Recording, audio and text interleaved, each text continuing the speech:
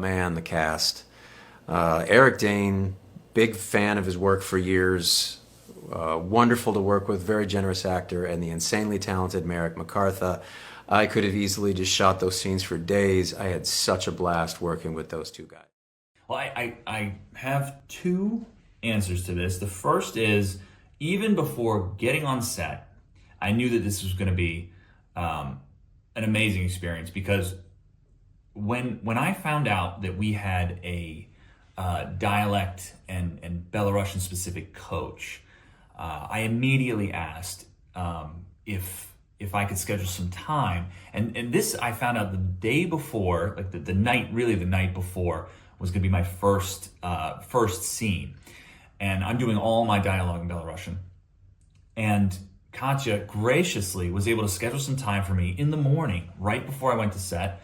And she helped me out immensely. We got everything ironed out and in sync. That way we could go into the first day with a lot of confidence. And you don't always get that as an actor. So that was really a blessing. And then, look, I don't know if you know this, but Bogdan and I, Bogdan Yasinski, who plays Volchek, we go way back. We've known each other for years. Hadn't seen him in a while, but when I saw him on the call sheet and got into the van the very first day, oh, that was a cool moment. Just a big reunion, and it was great working with him again, even though he did kind of shoot me in the head. Spoiler alert, but. Kind of an impossible question, to be honest. So much happened. We filmed so many things in so many locations. I mean, I got to walk away from an explosion without looking back. How do I choose just one? But I would say the very first day for me was amazing. You know, it was that scene that we were filming at the Long Beach, at the port, and they had me arrive at 5 o'clock, 5 p.m., but I didn't end up filming my scene until maybe 3:30 in the morning. And so the entire cast was there, and I just got to hang out with everyone for whatever it was, more than 8 hours.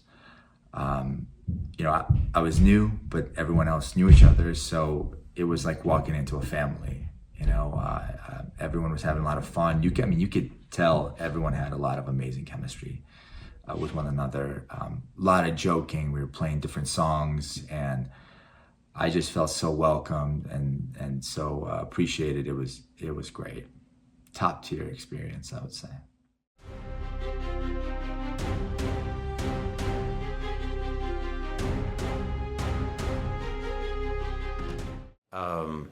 Well, like I said, I had a blast, which means that I was trusting my environment. So when you get to work with a phenomenal crew, incredible showrunner, writer in Derek Haas, and a great director in Avi Wabian, you are off to the races. Well, okay, yeah. This is probably the biggest takeaway that I got, is that you are only as good as your team, the team around you, the team that you're collaborating with, because none of this would have been remotely possible without the ridiculous amount of support that we got on this show, from our dialogue coach, who I already talked about, Katya, fantastic, and just the entire support system. The crew had our backs at every step of the way. The writing is amazing. And all of us actors just, I don't know, we really trusted each other.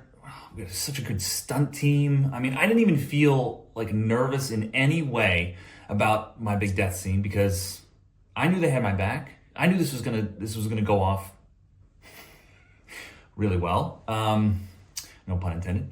And yes, our directors, every director we had just knocked it out of the park.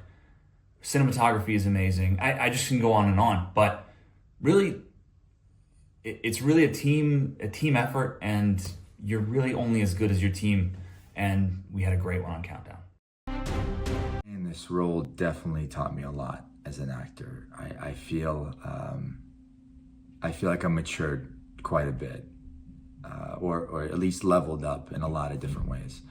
You know, this was a big challenge for me, for sure. And when I really understood what this role was going to be, you know, I just felt this tremendous responsibility. You know, it was kind of a lot of pressure all of a sudden, because number one, I had to learn a completely new language, you know, Belarusian in this case. And I speak Russian fluently, you know, so I had some understanding, or at least a little bit of a base, but it's a completely different language. You know, it has its own pronunciations, little nuances, the rhythm. You know, every language has a kind of a song behind it, and it's just different. It's very distinct. And, you know, so the way I would do it is I would record my lines and just repeat them as I would walk. That's my favorite way to learn. You know, I just walk and just drill it and drill it and drill it. And for this show, I must have walked, I don't know. I don't know how much I walked. 100 miles more. Every weekend, every day, I would just be walking. So I'm probably the first person to measure acting in miles, but as far as line per mile, it's up there as a ratio. But then, you know, just the fact that I'm the villain for the whole season, or the majority of the season, right? And all of these people, this whole team is chasing this one guy. And so if I'm not a compelling villain, then it's not gonna work, you know? So all of a sudden I'm like, I can't really mess this up, you know? And hopefully I didn't. But it was an amazing experience. You know, it was exactly the right level of challenge that I could have hoped for. And I got to do some amazing things, meet some amazing people. 10 out of 10 experience overall.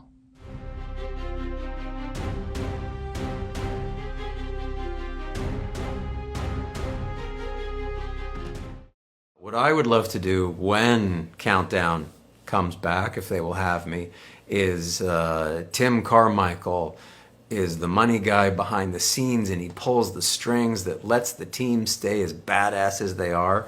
I would like to continue doing that. Thank you very much, and I'm available.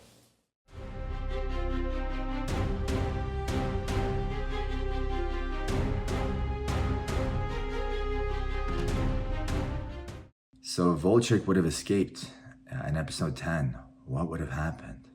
Well, I think there's maybe two ways I can answer that question. What I think would have happened and what I wish would have happened. What I think would have happened is that, you know, this guy, he would have been pissed. You know, having come so close to having his plan executed, I think the first thing he would have done is hunt them down one by one. No question. You know, Blythe, he already had his chance. He kind of blew it. So I bet he's a little frustrated about that. He's going to have to go finish that job.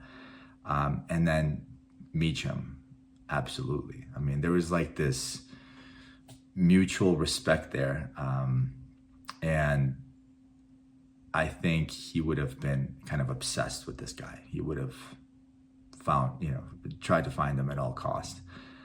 And potentially the rest of the crew as well. So that's what I think he would have done, or would have tried to do. What I think he should have done is hopefully have a bit of a come to Jesus moment. You know, realize that, what am I doing?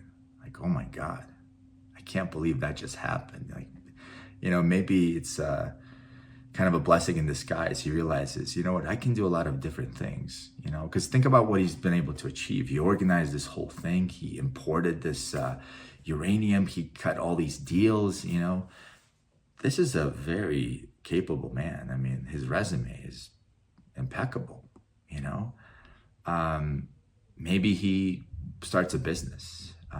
Doesn't seem like his wallet was hurting too much. I don't know what crypto he invested in, you know, he couldn't really tell from the screen. But he looked like he was doing well. And who knows, maybe he would have used his powers for good. That's what I hope.